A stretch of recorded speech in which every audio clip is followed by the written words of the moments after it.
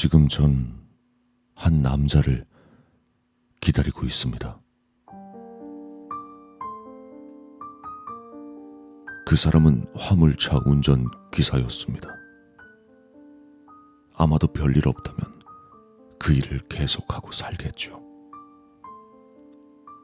중학교를 졸업하고 가난했던 집안과 별다른 꿈도 없던 그는 공장에 취업을 했었다고 합니다. 그것도 겨우 했었다고. 그의 누나가 얘기를 해줬습니다. 아마 중학교 3학년 여름에 일어난 사건 때문이라고 했습니다. 좋지 않은 친구들에게 휘말렸었다고. 그해 봄에 공장에서 사고로 아버지가 죽었고, 그 때문일지도 모른다고 했지만 그 얘기에서부터 딱딱한 옷으로 변했던 그의 눈은 오히려 아버지의 사고가 다행이었다는 눈치였습니다. 매일같이 취해 폭력을 일삼던 이라 어머닌 견디지 못하고 예전에 도망을 갔는데 몰래 연락은 하고 있었다고 했습니다. 거의 매일같이 맞았던 몸이 결국 고장나서 어머닌 도망을 가서도 고생만 하셨다고 합니다. 참 안타까운 일이지요. 어쨌든 그렇게 힘들게 살았다던 그의 아버지가 다녔다던 공장에서 불쌍하다며 일을 시켜줬는데 그것도 얼마 다니지 않고 그만뒀다고 합니다. 그래도 어떻게 운전은 적성에 맞았는지 친구 따라 몇 번 해봤던 화물차 운전은 그래도 꾸준히 10년 정도는 하고 있었다고 합니다. 근데 오랫동안 운전만 하는 게 질렸는지 끊었다던 노름판에 기웃거리더니 그 사고가 있던 해에는 빚마저 다시 생겨 돈을 꾸러 하나 남은 누나에게 손을 벌리러 다녔다고 했습니다. 그때 물어보니 결혼할 생각은 없다고 했다던데 아버지에게 받은 영향을 생각해보면 이해하지 못할 일은 아니었습니다.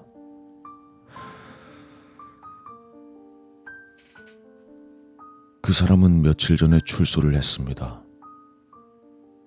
4년 전에 일어난 사망사고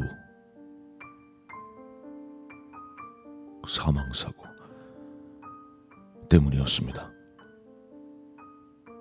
졸음운전이었다고 했습니다. 그렇게 오랫동안 운전석에 앉았어도 반주 한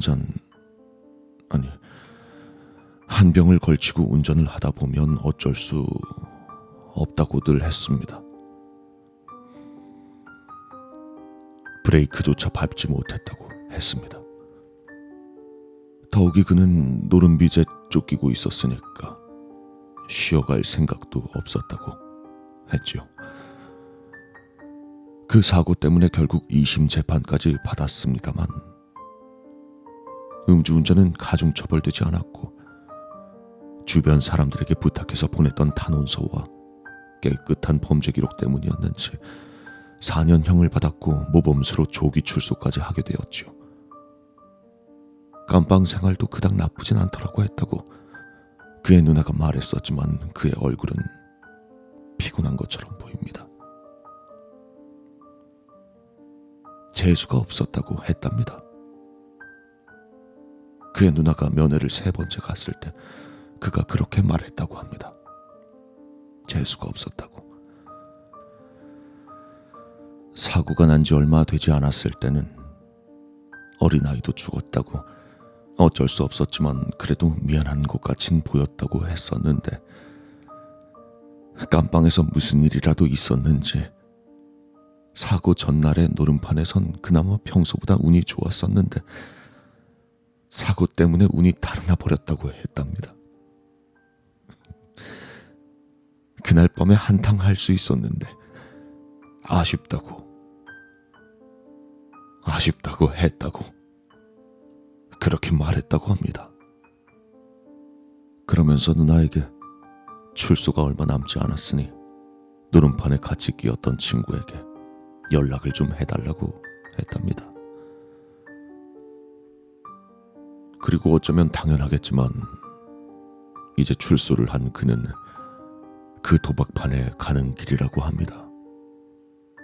그의 누나가 마련해준 지하 월세방에 잠시 들렸다 간다고 했습니다. 전 그의 누나에겐 기자라고 했습니다. 그날 있었던 그 사고는 세간엔 잠시나마 화제가 됐던 뉴스거리라 그간 기자들이 몇몇 찾아왔었다고 했습니다만 저처럼 그에 대해 자세하게 얘기해달라고 하진 않았었다고 했습니다. 그도 그럴 것이 가해자였던 그보다 사망했던 이들이 더 주목을 받았던 사건이기 때문입니다. 결혼을 한 지 5년, 세 번째 생일을 앞두고 있던 딸을 가진 젊은 부부였는데 운전을 하던 젊은 아빠만 목숨을 건지고 뒷좌석에 있던 제잘거리는 목소리가 귀여웠던 딸과 언제 봐도 미소가 예쁘던 아내가 현장에서 즉사를 했던 사건이었기 때문입니다.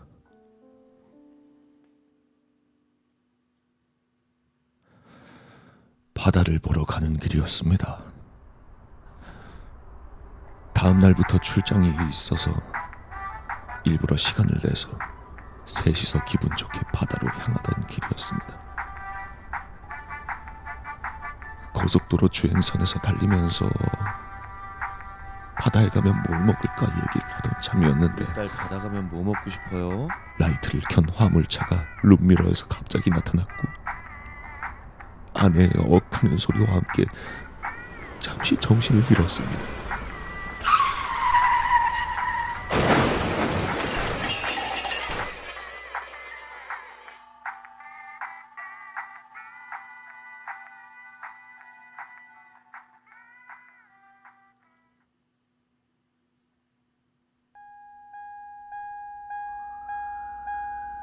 눈을 뜨니 차 지붕은 보이지 않았고 사람 소리가 들려 아이를 구해달라고 소리를 쳤습니다.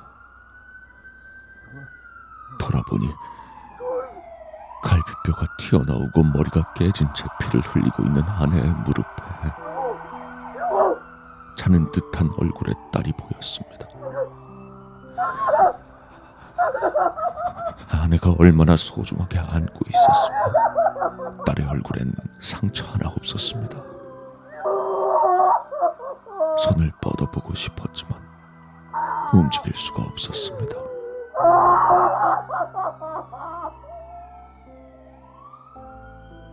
현장에서 아내와 딸은 즉사했습니다. 아직도 후회되는 게 그때 같이 죽지 못한 것이 아니 같이 죽지 않은 것이 지금도 먹먹해집니다. 넉넉지 않은 형편의 아기를 가지고 키운다는 것이 쉽진 않았지만 행복했어요. 퇴근을 해서 집에 가면 아내가 해준 따뜻한 밥이 있었고 딸아이의 웃음소리가 있었습니다. 아직도 아이의 방은 그대로입니다. 부모님 앞에선 울지 못하니 아기의 냄새를 맡으며 그 방에서 마음껏 울곤 했습니다. 3년을 그렇게 울었습니다. 근데 음주운전으로 사고를 일으켰던 그 운전자는 4년 만에 출소를 한다고 합니다. 씨발.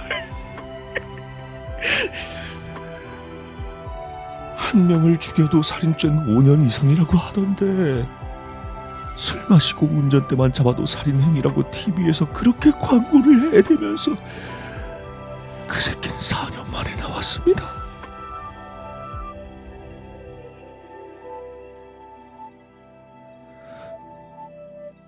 처음엔 그 사람을 기다릴 생각은 없었습니다. 원망을 했지만 법의 정의 따윈 찾을 수 없다는 걸 알았기 때문에 그저 그 정해진 벌이나마 받는 걸 보려고 했어요. 근데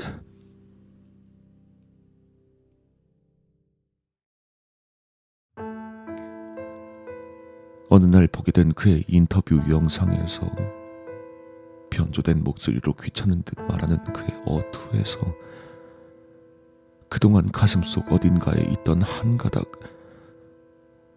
마지막 남았던 두 가닥 중 하나였던 이성의 끈이 끊어지는 걸 느꼈습니다.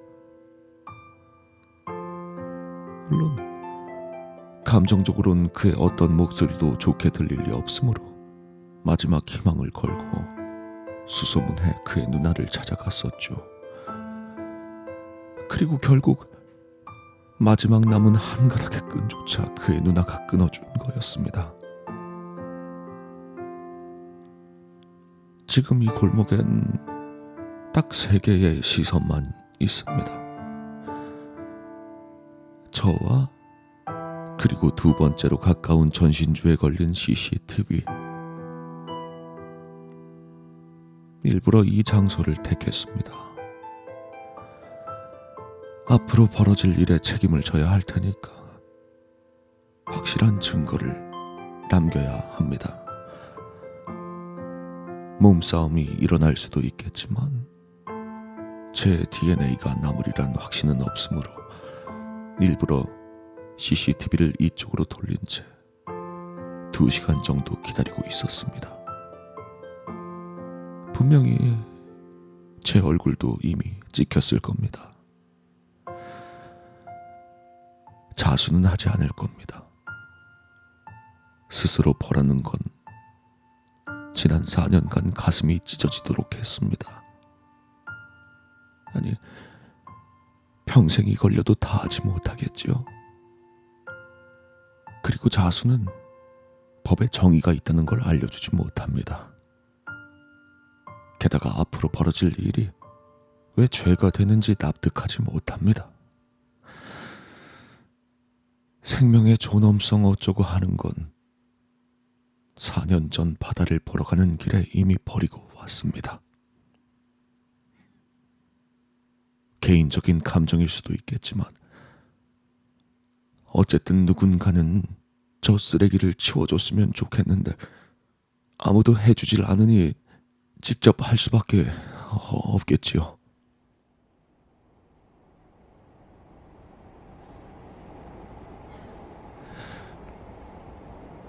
그가 지금 제일 가까운 전신주를 지나칩니다. 제 주먹보다 훨씬 크지만 제가 이 망치를 제대로 휘두를 수 있기만 바랄 뿐입니다.